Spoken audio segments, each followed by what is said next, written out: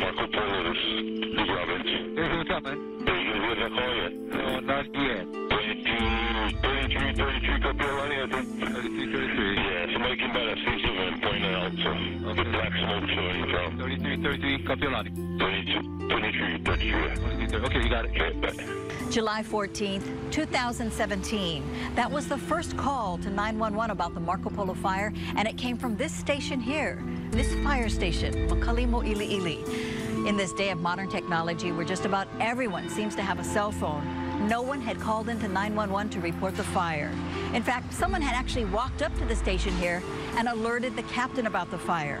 Just 2333, Kopialani Boulevard, operations D2.3.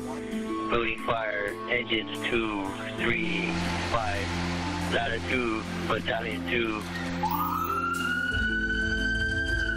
It's not known how long the fire had been burning before that call had been made. In the next half hour, we're going to take a look back at the Marco Polo fire, one of the biggest firefighting endeavors undertaken by the Honolulu Fire Department in modern history. It was already growing, and then I kind of had this feeling in my mind like, oh, this is not going to be a good one. Honolulu Fire Department is one of the biggest fire departments in the country, but even something like this brought us to our knees. We'll offer you tips in case you find yourself in a high-rise fire, and for the first time, we'll hear from the firefighters who battled that blaze, a blaze some thought they would die in. And it was so hot that I felt like my face was burning through my equipment. Biggest thing is we're a unit. Let's all get out together. We all thought we were on fire. I thought I was on fire. As we take you inside the Inferno.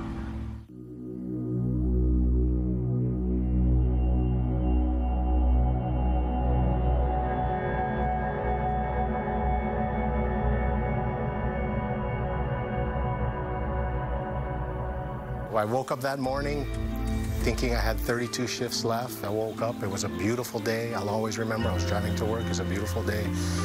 I had no idea what was in store for me and our crews. Chief Ken Lee was nearing retirement on July 14th, 2017. He was the Honolulu Fire Department's incident commander that day. One of the last days of his career was about to become the most memorable. He responded to the call knowing this would be a tough fight. The S-shaped Marco Polo stood 36 floors. It was designed to be breezy, to take advantage of the trade winds. Louvered privacy doors allowed the breeze to blow in when fire doors were open. Interior hallways. It was also designed with no sprinklers. They weren't mandatory when Marco Polo was built. All of this made the Marco Polo one of HFD's troubled buildings. As the wind fueled the flames, there was nothing to stop them. Lee rolled up on scene just 6 minutes after the initial call, but knew instantly they were already behind. You know, the flames, on a usual high-rise fire, the flames are normally coming out and lapping up. This one, it looked like a blowtorch. It was shooting out of the unit. We didn't know what floor it was, didn't know how many floors. Instincts and training kicked in. Lee was the point person for the 120-plus firefighters set to go to battle. But as soon as we made entrance on King Street, we could see the smoke coming from the Marco Polo apartments. So we knew already that, you know, this was something big and we was going up. All companies responding to building fire at Marco Polo condominium. This is fully involved. The unit is fully involved. We got there, we already had issues with elevators. Their passenger elevators were out. The elevators were a big problem when the station from Kaimuki arrived. They suited up much like this firefighter, except each one also carried an extra oxygen bottle. And there was only one way up, the stairs. Yeah, 24 floors. You got all your equipment on. You know you're going to be working for a while, so it's a matter of get up there as quick as you can, but also you need some energy to actually work. So. Pace yourself. Yeah. Command copies. Multiple units on fire on the 26th floor. As firefighters worked their way towards the blaze, they were pushed back at the Eva stairwell. Trying to get entry through the Eva stairwell. This is an outdoor stairwell, and you couldn't see, you know, you really couldn't see this close. You couldn't see your hand in front of your face. The visibility was very poor. At some points, you couldn't see past, you know, the length of your hand. And I remember at one point, I think I was on my way out after fighting that apartment fire, and it had gotten too hot, and we were on our way out. And the firefighter that was backing me up right behind me, I had turned around to grab him and to follow him out. And I remember at one point, I'm holding on to his shoulder, and I couldn't see him. I could only feel him, you know, and that was some scary stuff at that moment. We have reports of people sheltering in place with deteriorating conditions in multiple units of the 26th floor. We have to send in more resources with hoses. Can I get your phone number, please, just to confirm? Lives on the line, 911 calls into fire dispatch, answered by Honolulu firefighters like Micah Komine. We had one gentleman, I remember taking that call, and he had said that smoke was filling his apartment. Is smoke inside your unit? Yeah, it's coming in. Okay, you know what? If you can just keep the door closed, put some, block it up with a towel if you can or something, just to keep the smoke from coming inside. Yeah. And then if you want to go outside on the balcony and then just close the door. Command from fire dispatch. You have confirmed patients on, occupants on balconies on the 26th floor. This woman rescued from her 26th floor balcony. Some people were trapped. Others just needed help getting down, helped by firefighters who carried them down multiple flights of stairs. Two of us carried one of them down on a towel, and we managed to carry them down the 7 stories. And my 2 stronger guys on my crew carried the occupant in a wheelchair. So they had to carry the wheelchair along with, you know, the resident in the wheelchair, back down the 7 stories down to our safe zone. Then down to the ground, they were met by emergency medical services crews. Then came the dispatch calls they dreaded. We got a victim in 26 West 5. The awful truth, fatalities. Komine heard a tragedy play out in real time through a 911 caller. But I remember that she was saying her friend is trapped, he's under the bed. We're trying to give her instructions to give to him through another line that she was on with him. Can you get a wet towel for yourself? No, he can't. Is he disabled in any way? No, he's not disabled. Okay, does he have a balcony? Britt, do you have a balcony? Okay, you can't get to it because it's too thick? The smoke? You're under the bed? He's under the bed. He just keeps yelling, help, help, and he's under the bed.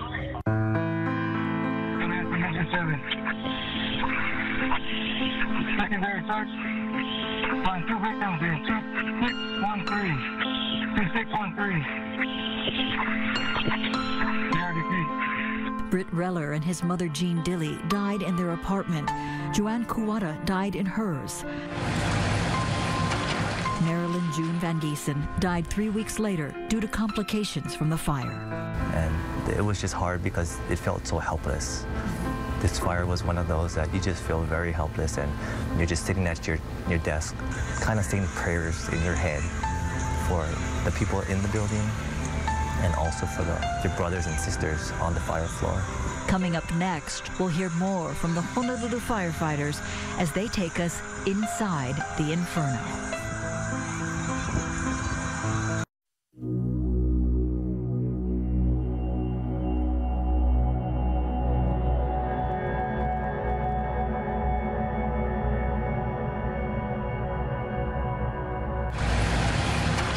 Be advised, we have some debris beginning to fall on the high side of the building. Danger was mounting at the Marco Polo, debris now falling to the ground outside, forcing firefighters to designate a hazard zone. Inside, the battle raged on, with Honolulu firefighters up against their toughest opponent. You know, I've never been in a fire as extreme as this, and There was actually that thought that came by, like, oh, this might be the last fire. So when we got to the door, after I knocked it down, I just saw just a wall of orange, just orange and red. It was just amazing. It was kind of beautiful, but kind of terrifying at the same time. Command, this is Battalion 1 Safety. Just to inform, Wakai side of building, heavy smoke and flames visible, flames lapping up to the upper floors. So we did the best that we could fighting the fire. I could feel my face getting hotter, like it was starting to burn up. So it got to the point it was unbearable already. So I told Eddie, let's get out of here. Kimo Oliveira's face was blistering from the heat. That intense heat felt by one firefighter after another. Turn around, it went from 100% visibility to 0, just like that. You couldn't see anything. The smoke was billowing out. You feel like you're on fire. I thought I was gonna die. Like, I literally was like, this is it. I remember being behind my nozzleman, the firefighter in front of me, and feeling my face was on fire. And first thing that went through my mind is we wear these Nomex protective hoods, protect our face. And I remember thinking, oh no, I forgot my hood. And I was like, my face is on fire. And then I put on my hood. It was the one time in my career where my life kind of flashed in front of me, where I kind of got scared a little bit. Despite the smoke and flames, they fought on, but in at least 3 instances, the heat and thick black smoke separated crews. Mayday from staging Alpha. We got firefighters in need. Are you declaring an emergency? I called a mayday and screaming for a RIT team or backup to go get my guys, because I thought they were trapped. Maybe 30 seconds, if that, I see them walking out of the smoke, out of the stairwell. Ladder 4, I do not know where firefighter needs me. It is possible maybe in the Diamond Head stairwell. But that was the first time I really felt for a few moments that I might have lost one of my guys, and it was really like someone had kicked me in the stomach. Each Mayday would end with relief. Oh, thanks for that. Confirmation for each captain their men were still alive. Evac Command, this is Firefighter Lee. I'm on the 24th floor near the elevator. The fire refused to die, now on the 26th and 27th floors. Stairwell, Eva, from 27 up right now is untenable. Smoke and flames in the stairwell. Firefighters under Captain Randall Lindsay staged on the 24th floor. This is where they could gather themselves, cool down a bit, get their next assignment. But when you're inside the Inferno, danger is never far away. And then at one point, the floor starts shaking. And not this way, how buildings sway, but this way. And we can hear the fire traveling in the upper floors. We can hear it coming from the other end of the hallway. And it's just making this loud noise, sound. And as it's traveling, you can hear the glass falling and stuff breaking on the upper floor. That just sounds like a big wind tunnel. And it's going through the... It's at this moment, Lindsay sees something on his men's faces that rarely shows. Fear, feeling around for their cell phones, he believes, so they can make one final call to their loved ones. So I go back up, like, oh, listen up. On behalf of a grateful nation, the mayor of the city and county of Honolulu and Fire Chief Neves, if you die today, we want you to know that we appreciate all you did. And this is the firefighters, right? They had to hear that, because we gotta move past that, and we gotta pick up and keep going. So they did, and just as they were running low on air and water, a welcome sight, federal firefighters. I have never been so happy to see Fed Fire guys, and they were instrumental because the elevators were not working. We ran out of water, we ran out of SCBA bottles, and they were humping equipment and supplies up for us. Command, Engine 33 has to retreat. Said it's too hot in the hallway. We may have to vent from the opposite stairwell. Here's what I'm hearing, that there's no point in attacking the fire from that stairwell. I'm thinking of abandoning that stairwell, making all fire efforts on the other side. Firefighters would change their strategy and get on the fire floors through the Diamond Head stairwell, a vertical fight. Flames trying to spread upwards, firefighters trying to contain them. We're currently on the 25th floor, I believe, on the Makai balconies, shooting three house lines off the balconies to the floors above, trying to cool off hot laughing gases. Not sure how it's working. It was working. Little by little, hour by hour, the tide turned. Jack, we actually knocked out on the fire 26. We're making our way up to 27 now. 27 looks like we're able to continue forward. Operations copy. Keep going. We got hotspots on 26th floor, 27th floor, and 28th floor. But fire is under control on all three floors. 7 hours after the fire was first reported. Fire dispatch copies command. Fire extinguished at 21:15. 9:15, extinguished, and every firefighter accounted for.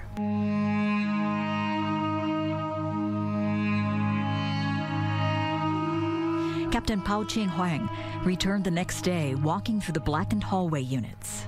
It was scary walking without any threat of danger because it was completely dark and there was no smoke. Everything was pitch black. You could barely see, and you kind of feel it. You feel it come back. You're like, oh yeah, that was a rough. Even on this day, the trade winds blowing through. It was interesting that how far the fire had spread. Compelling video that shows the destruction. It looks like a war zone. This once was several apartments. The drywall disintegrated, the metal studs and pipes bent. And in that walkthrough, a lesson that couldn't be clearer. And I remember 2 apartments were on fire, and the one in the middle was pretty clean. And that was because they had their door closed. And that's a big issue. I think hindsight, if everybody had the door closed, might have been a different story. Next, the change brought about by the Marco Polo fire, when Inside the Inferno continues.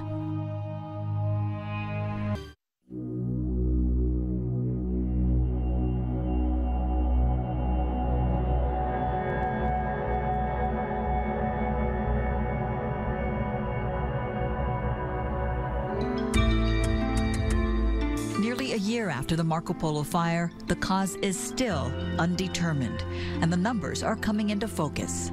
7 alarms, 4 people dead, more than $107 million in damage. There's been fallout. HFD had to pay a $7,000 fine over asbestos issues.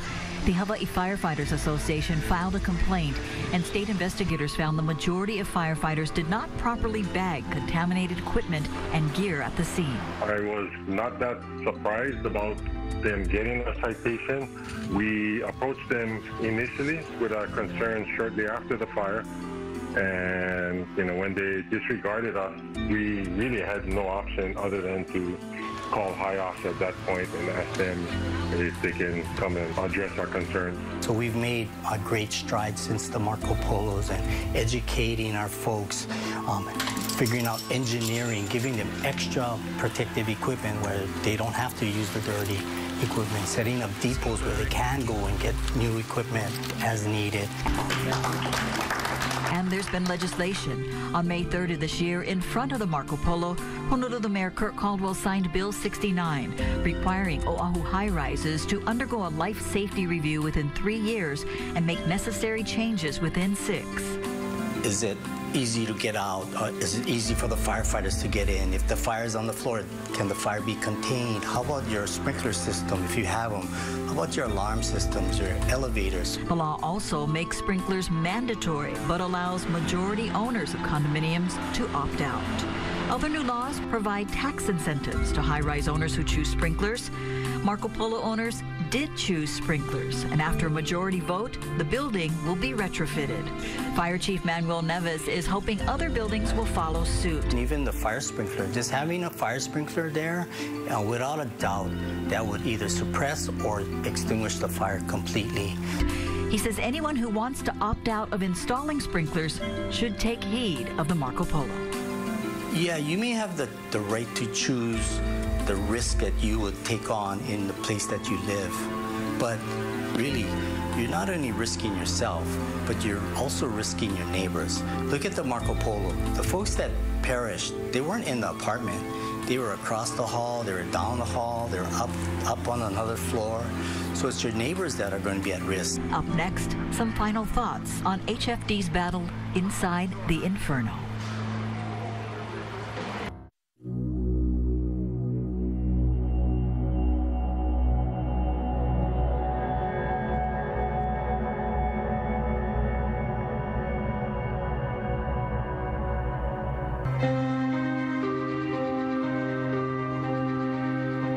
The Marco Polo fire was first and foremost a tragedy.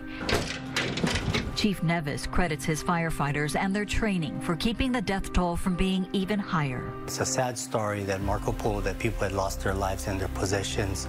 But on the flip side, if you talk about the firefighting effort, I think our guys, I know our guys did a terrific job in overcoming all of the obstacles that were put in front of them.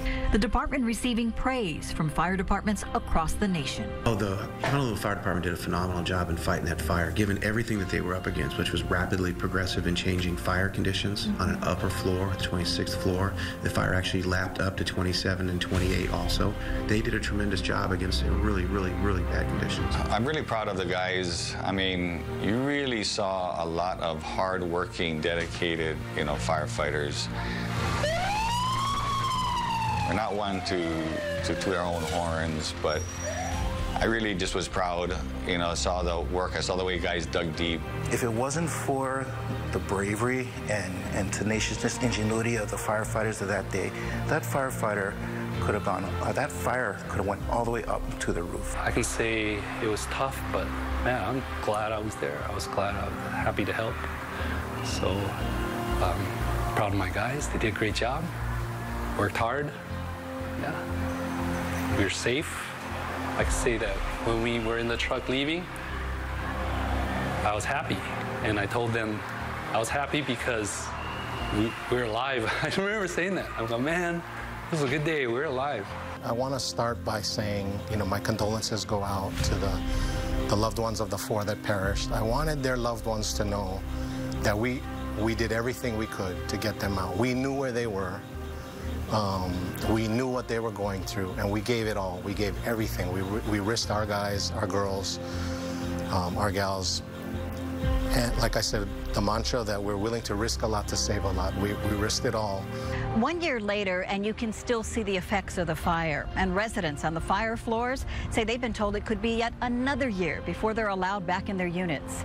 The Marco Polo fire was an impetus for change, a change in laws, a change in heart for the resident owners of the Marco Polo who voted to retrofit their building with sprinklers, and perhaps a change for the owners of the other 300 buildings that do not have sprinklers in Honolulu. We'd like to say mahalo to the Honolulu Fire Department for the firefighters who shared those very personal stories with us, and to the first responders who worked to keep us safe. I'm Paula Akana for Island News. Aloha.